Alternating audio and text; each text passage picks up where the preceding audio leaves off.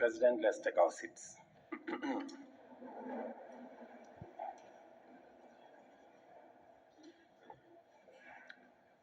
Let me first take this opportunity to welcome all of you present here, members of the executive, members of the legislature, members of independent commissions, our members of the diplomatic corps, and friends. This function is not just a part of the traditions and practices of our public service sector. It has its foundations in the Constitution, which, besides national values and principles of governance, has entire chapters devoted to the public service as well as leadership and integrity. These provisions, alongside other laws enacted under them, when seeking and receiving public services, define the expectations and entitlement of citizens. For us, they also set the standard we must uphold at all times in our performance, individually and also collectively. It is important for us to understand that in entering the public service, we are under an explicit and implied binding contract with the people of Kenya to perform the tasks and duties entrusted to us and manage resources under our stewardship to a specific minimum standard set both by the law and by the Constitution. It is therefore always a good strategy to establish the document and clear terms and conditions to which we and the citizens of Kenya can make reference in evaluating whether we are doing our jobs as is required of us and providing meaningful value to the people of Kenya. In electing their government, the people express specific expectations and entrust us to deliver fully and also to deliver on time.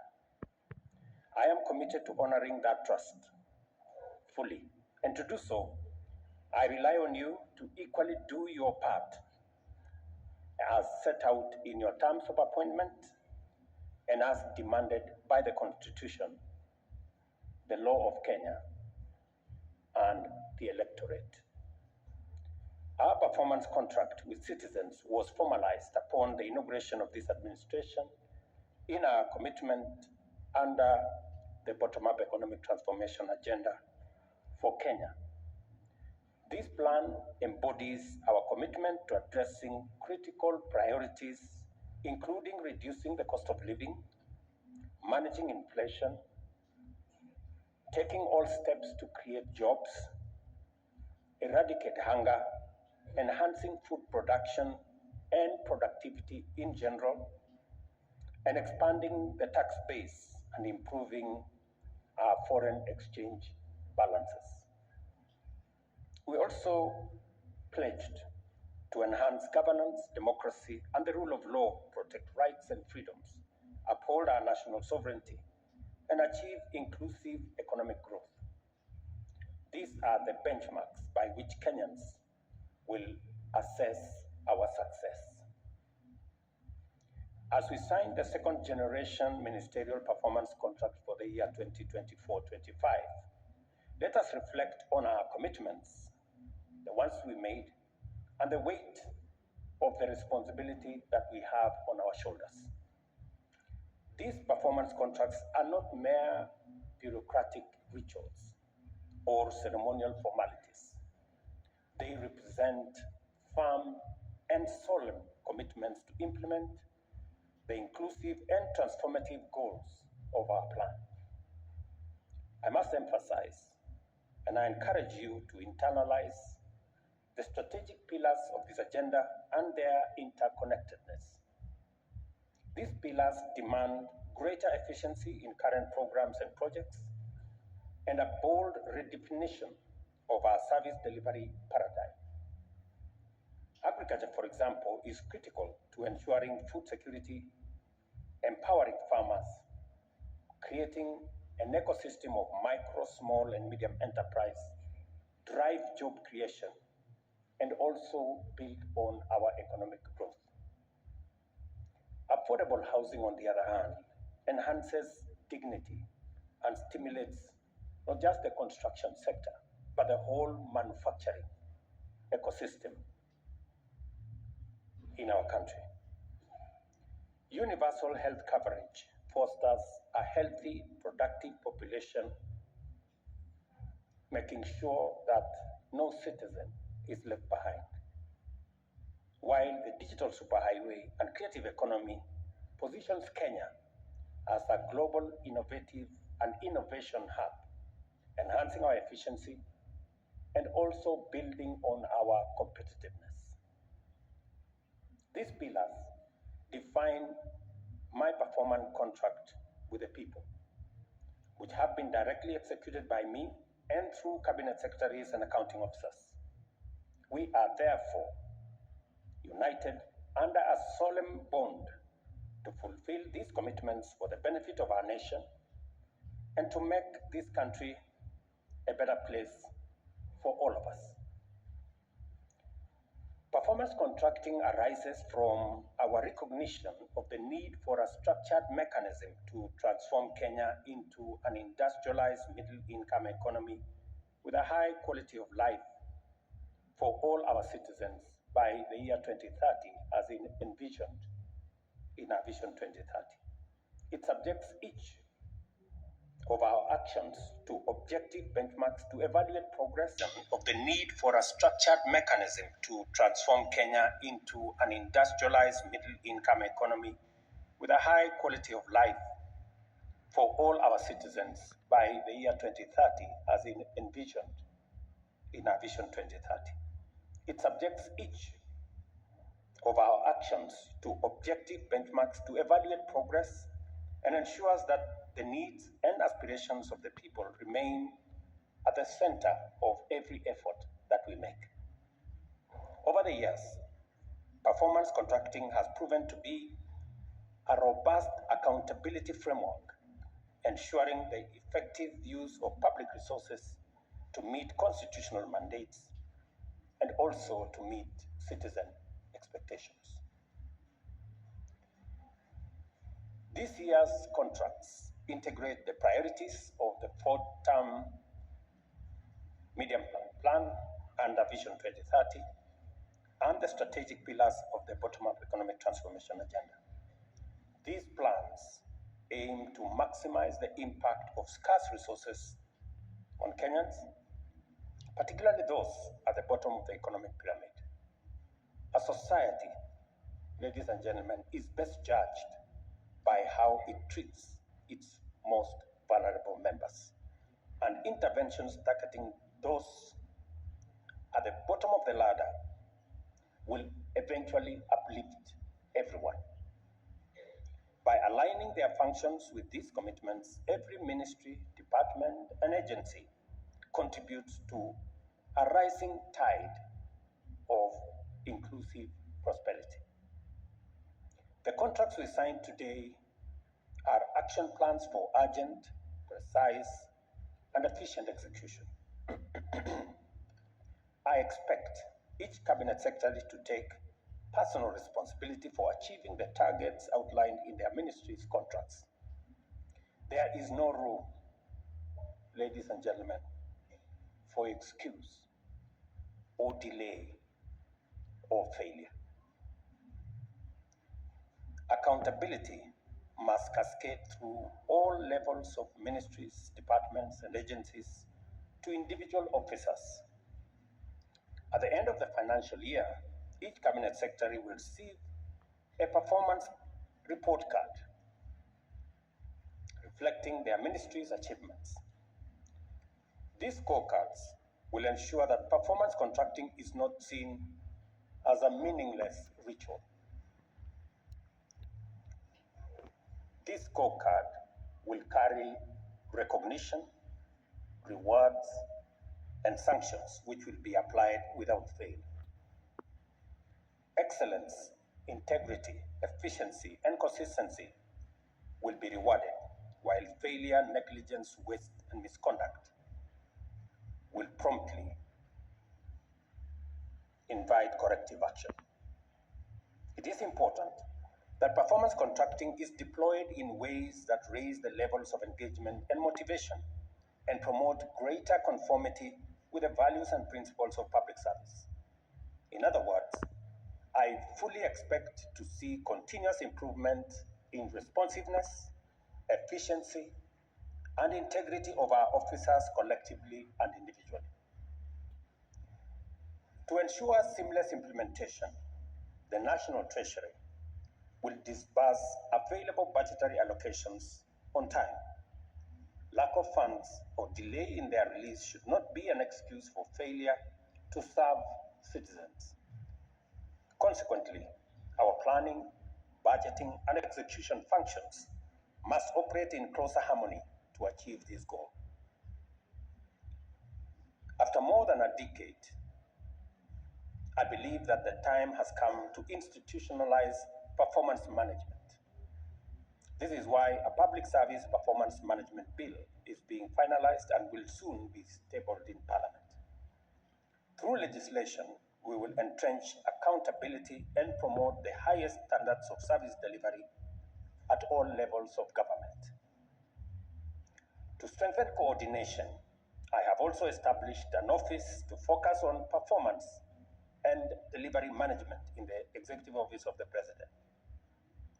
Through this office, all MDS will be facilitated to quickly address performance deficiencies and oversee the timely implementation of corrective measures. Management is a best practice that must include the entirety of government, and no taxpayer-funded institution should be exempt from the mandate to deliver.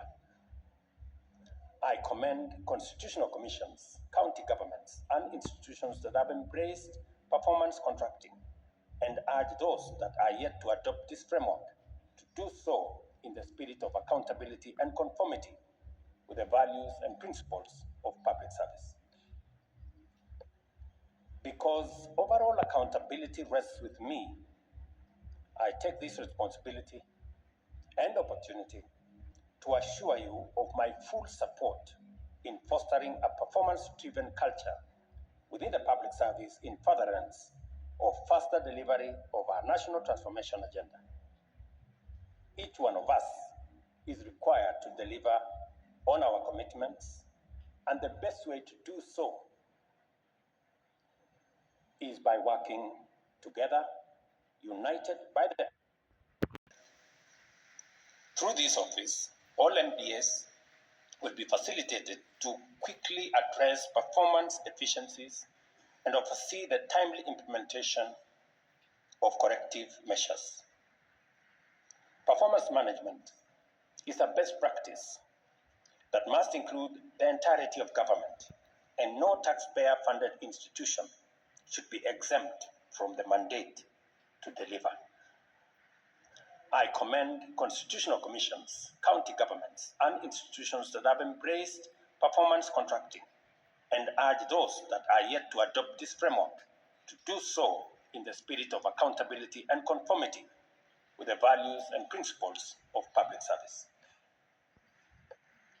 Because overall accountability rests with me, I take this responsibility and opportunity to assure you of my full support in fostering a performance-driven culture within the public service in furtherance of faster delivery of our national transformation agenda. Each one of us is required to deliver on our commitments, and the best way to do so is by working together, united by the urgency of the need to transform Kenya and ensure that every citizen experience the full promise of this country's abundant opportunities and possibilities. I look forward to working with each and every one of you, and I'm happy that on this occasion we have chairman of parastatals, we have a chief executive of government agencies present here, so that we can approach this with a whole of government drive and momentum. I want to assure you that although we are in a difficult place, I'm confident that we have the team, we have the people, and we have the plan and the goodwill to transform our nation. I have no doubt in my mind, and there is no room for failure. We must succeed. We must build on the synergies that exist within government departments, work together towards creating the momentum that is going to make each and everyone succeed. I want us to understand that the failure of one sector of government, one department, one agency, one ministry affects the overall performance of government.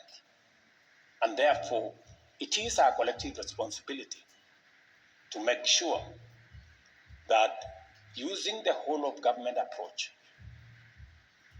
that we ensure that we build the necessary momentum and also synergy so that we can succeed together. The executive will not succeed if the legislature does not succeed.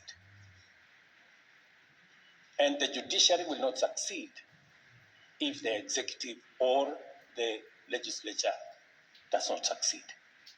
The success of Kenya is going to be the success of every arm of government and every department of government and every agency of government. And that is how we are going to succeed. I want to assure us, as the people of Kenya, that we are in a very pivotal moment.